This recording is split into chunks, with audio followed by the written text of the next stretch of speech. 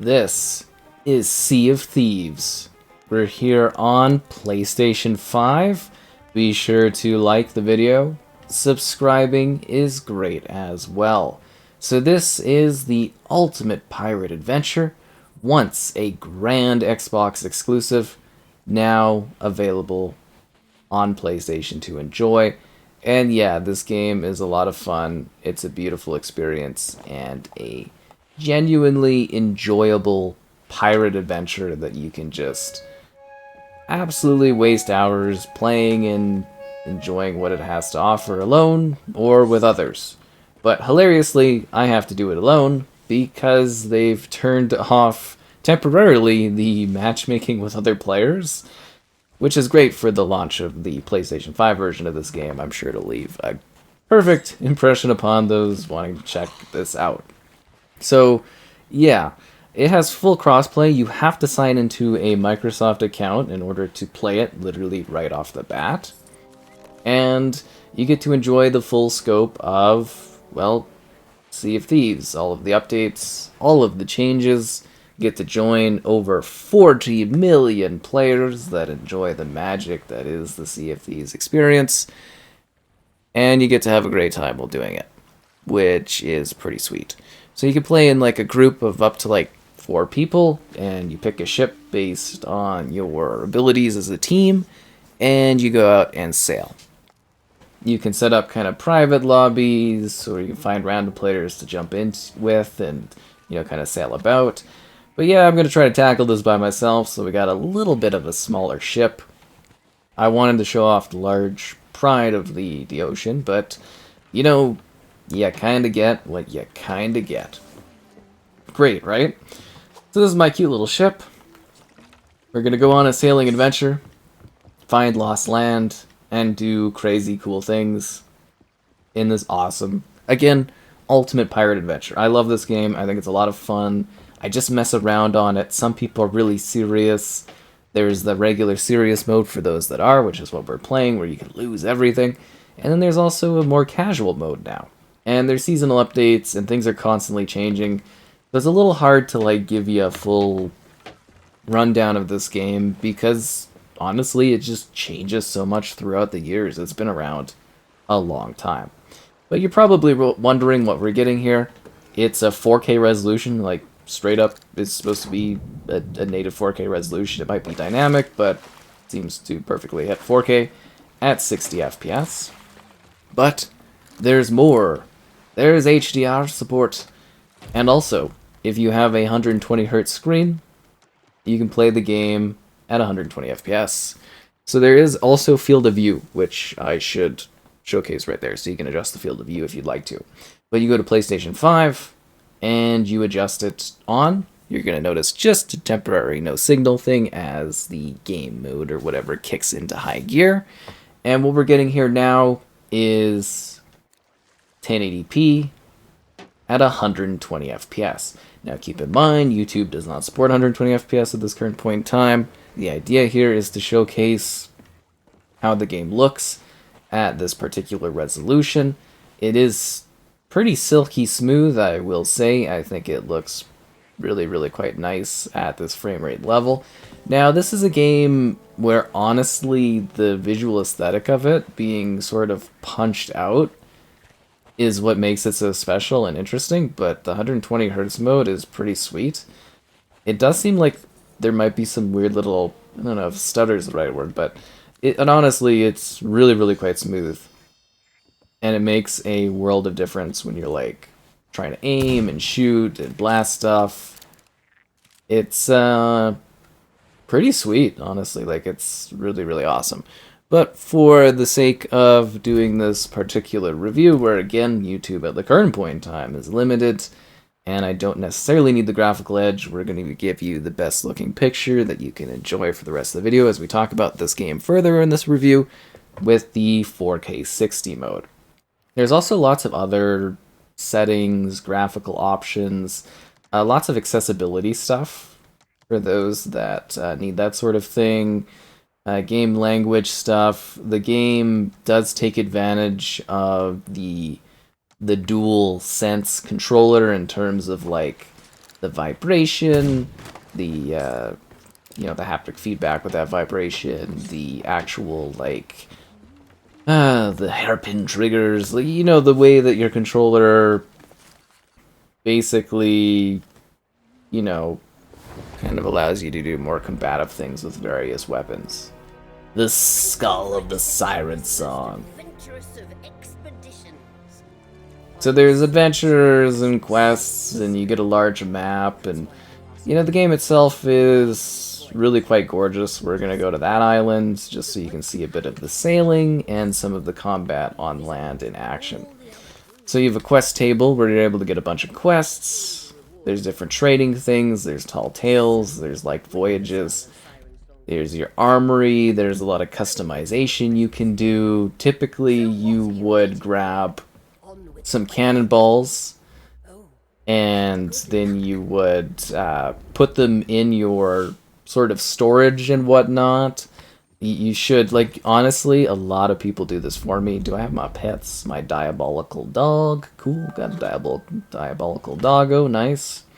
So you can kind of pick him up, you can get all kinds of cosmetic stuff. I'm kind of surprised my characters, like my cosmetics and stuff, don't really carry over in this, considering, well, who's a good diabolical dog? It's all cross-plane stuff. You think there'd be the full progressional elements. Anyways, I digress. So yeah, there's lots of stuff you do in here, and the larger ship you have, the more you're able to basically like do more. Well, it's not more stuff, but you get more, I guess you would say, space to do crazy things. And like I said, it's kind of a silly game where you can take it really seriously, or you can just have kind of a fun, easygoing time.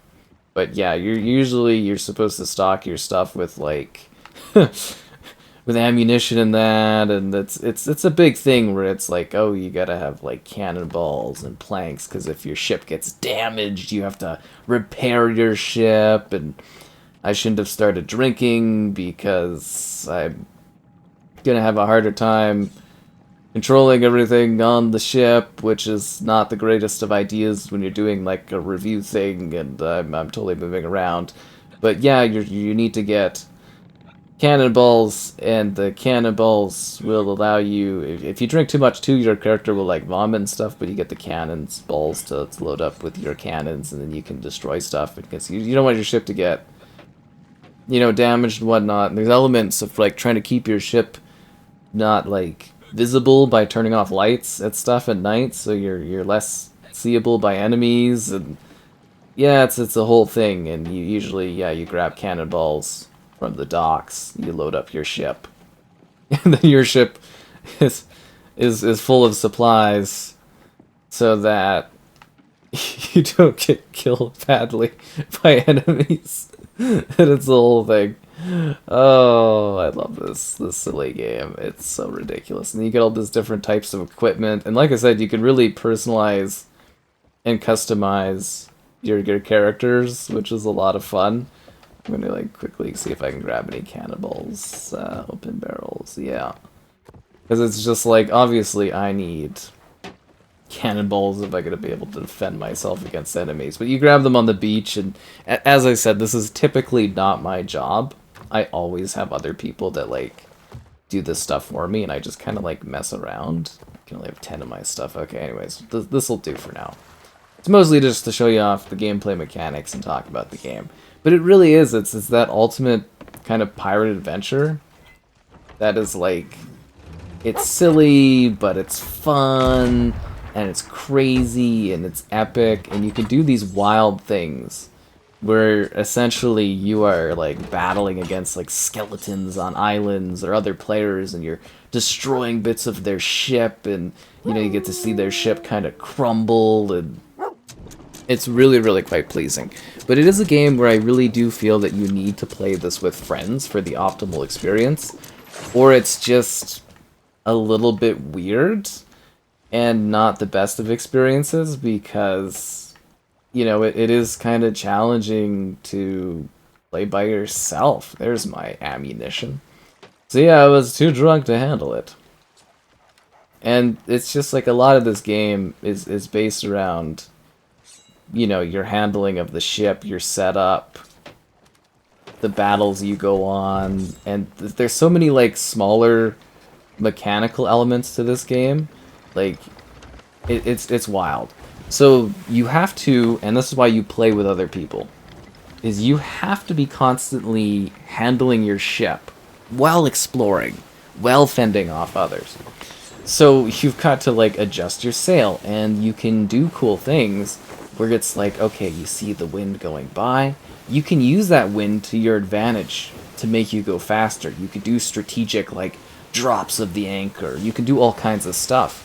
And it really does help a lot with the game when you are making these moves that allow you to, you know, dynamically sail, especially if you're getting like chased by like foes. And I've had many situations where basically I am having to, I guess you would say, desperately escape other people that are trying to kill you and take your loot, and you're having to make all these like crazy maneuvers and frantically have people, like some of your people will be shooting the cannon, some of your people will be shooting like harpoons, some will be like up there watching out for enemies, some will just be like readying the cannons, or maybe some of them will board.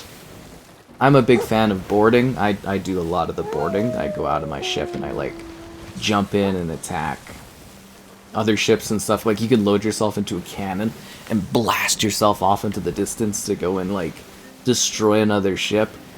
And it's just kind of amazing the amount of detail that this game has, the things you can do, the things you can see. It's wild. Like you could battle, there's like the Kraken, there's like a Megalodon, there's all these different adventures. There was like a Disney tie-in thing with like Pirates of the Caribbean. There was, or there, I think there is right now too, there's the Monkey Island tie-in. Like, it's just got a whole lot to it. There's so many cool little things you can see, so many things you can do. It's a wild, genuinely great adventure. And you never know exactly what's going to happen. Like, I'm sailing here, and there could be, who knows, however many other players out and about just doing their thing, and then, you know, they'll come after me and see what loot I have and sink my ship and send me to this, like, afterlife thing, and battles can get really, really epic and really, like, aggressive between parties, especially if they're, you know, if you sat there for hours. Like, I've spent hours looting and gathering chests and jewels and treasures and skulls and stuff. And then I've had, like, enemy teams come and, like, sink us moments away, like, before we're about to, I guess you would say, drop things off. Like, you have to go back to the actual, you know, I guess you would say, you have to go back to your actual, like, bases or these, like, outposts in order to go and sell things.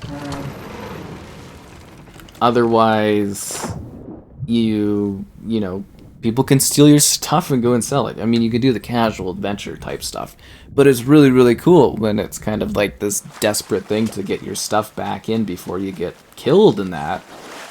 It's just genuinely hilarious. And as I said, like, I've spent countless hours playing this game and battling others and doing ridiculous things and just having fun. Like, the amount of depth within it as a pirate simulation is remarkable, but there's so much more, like, there really is so much more to it than you would expect. Like, it perfectly simulates the adventure of being a pirate and going on pirate adventures with your friends. And I think that in itself is really, really quite cool. And I don't know if there's another game out there quite like this that actually delivers on this sort of like quality. And you know, the game's got this great art style and aesthetic to it. I forgot to reload my gun. That's hilarious. Not the chicken! You're a monster! It's actually a pretty tough pirate, and this is where the DualSense kind of hardcore triggers that are coming into effect here, the hairpin trigger setup. Is he eating a banana? You can't heal yourself with a banana, you're a skeleton. You gotta be kidding me.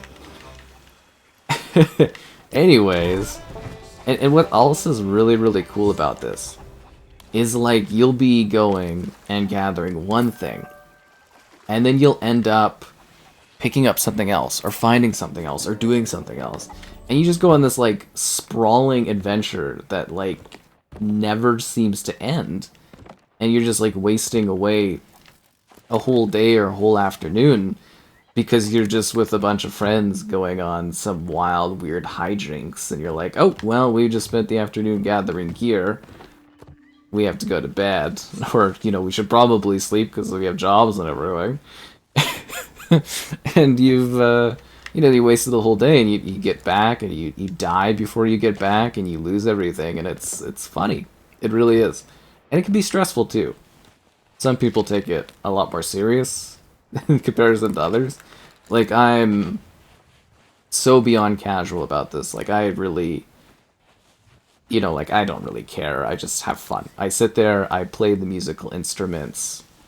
I'm completely useless to my teammates. I go out on land and I battle and I gather stuff and I fight, but I don't like do anything too seriously because I am just a little ridiculous, honestly. Like I have fun when I play this game. I take my time, I enjoy the adventure, and it's a great adventure at that. It's just a fun ultimate pirate game. Like there's not, like I said, really anything else out there that actually attempts to simulate the pirate life while also being a fun thing. Because this is something that, as long as you can learn the mechanics and everything like that, this is really sort of a visual style for all types of audiences, right? Like, anyone can dive in here and have a really, really good time and do crazy adventures and gather stuff, and yeah, it's just sort of a blast. It really is. Now, another thing I thought was really weird, and I noticed that as soon as I jumped in here, I was earning a bunch of, like, 0 gamer score achievements. So that sounds weird, but, like, this game has trophies, right? For PlayStation users. But it also, on my, like, PC, it was popping up with, like, gamer score. So I don't know if it's got, like, a sync thing, kind of like what they do with Steam in that, where you earn Steam achievements, but you also earn, like, Xbox achievements at the same time.